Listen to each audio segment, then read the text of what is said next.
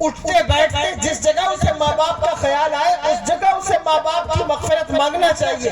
یہ ان کے حقوق میں سے ہے۔ لیکن کتنے ایسے بچے ہیں جو ماں باپ کی مغفرت اپنے رب سے مانگ رہے ہیں؟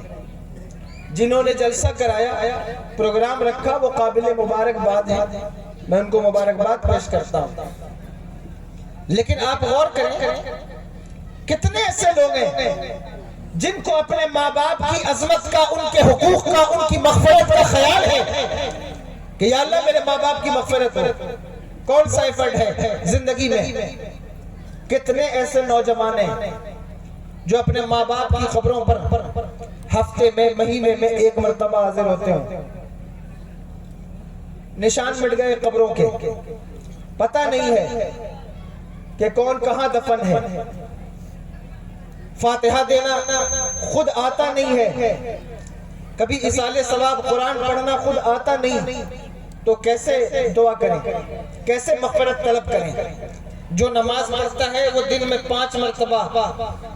کم سے کم اللہ کی بارگاہ میں اپنے ماں باپ کی مغفرت مانگ رہا ہوتا ہے، چاہے بھلے نہ جان رہا ہو، انجانے میں، لیکن مغفرت طلب کر جس وقت وہ پڑھتا ہے اللہم اغفر لی ولوالدیّ، تو وہ کہتا ہے میری بھی مغفرت فرما، میرے ماں باپ کی بھی مغفرت فرما۔ لیکن نماز سے بھی دوری ہے تو مغفرت کون مانگے گا، کون طلب کرے گا؟ جتنے ماں باپ یہاں بیٹھے ہیں ان سے کہتا ہوں اس امید پہ نہ رہنا کہ تمہارے جانے کے بعد تمہارے بچے تمہارے لیے مغفرت طلب کریں گے، اس امید پر نہ رہنا تمہارے جانے کے بعد تمہارے بچے تمہارے لیے دعائے استغفار کریں گے، نہیں کریں گے۔ اس لیے نہیں کریں گے کیونکہ جو لوگ ساری زندگی اپنے رب کی فکر اور اپنے رب کی عبادت کی فکر نہ کر سکے، اپنے رب کے حقوق کی فکر نہ کر سکے، ان کا سلوک ان کے رب کے ساتھ کیسا ہونا چاہیے اس کی فکر نہ کر سکے، وہ کسی کا حق بھی ادا نہیں کر سکتے، وہ کسی کے ساتھ اچھا سلوک نہیں کر سکتے۔ سلوک اسی کا اچھا ہوگا، وہی اچھا سلوک لوگوں کے ساتھ کرے گا جو اپنے رب کے ساتھ اچھا سلوک کرتا ہے۔ نماز میں جس وقت کھڑا ہوا، اب رب کے ساتھ سلوک کیا ہونا چاہیے؟ لیکن نماز پڑھ رہا ہے، توجہ نہیں ہے، ذہن حاضر نہیں ہے، نیت باندھنے کے بعد کوئی سبزی لے رہا ہے، نیت باندھنے کے بعد کوئی گوشت خرید رہا ہے، نیت باندھنے کے بعد کوئی بچی کا رشتہ فٹ کر رہا ہے، پتہ چلا رب کے ساتھ سلوک اچھا نہیں۔ کیوں؟ اس لیے کہ رب کی معرفت نہیں ہے، پتہ نہیں ہے رب ہے کون ہے وہ رب جس نے ہمیں اتنی نعمتیں عطا فرمائی۔ جب اس کا علم ہوگا، جب اس کی معرفت حاصل ہوگی تو اس کی عبادت میں توجہ کے لیے کسی تعویذ کی ضرورت نہیں ہوگی، خود بخود سلوک اچھا ہو جائے گا، خود بخود رویہ اچھا ہو جائے گا، خود بخود تمہارا رویہ اس کے ساتھ بہتر ہوگا۔ لیکن یہ المیہ ہے کہ علم حاصل کرنے کی جس وقت بات ہو اس وقت ہماری عوام اس پر توجہ نہیں دیتی۔ دنیا بھر کے مسائل آپ کے پاس ہیں، یہ وقت جو ہے وہ تقریر کا نہیں ہے، اس رات کے 1:30 بجے یہ بیماری ہمارے اتر پردیش اور بہار میں موجود ہے،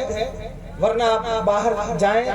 دنیا کے بڑے بڑے جلسے رات کے 10 بجے 9:30 بجے اختتام پذیر ہو جاتے ہیں، لیکن یہ ہمارے یہاں ہے، یہ تقریر کا وقت نہیں، میں کوئی اتنا بڑا عالم یا خطیب ہوں کہ میں سارے لوگوں کو گھیر کر کے اپنی بات رکھ سکوں۔ اللہ کے انبیاء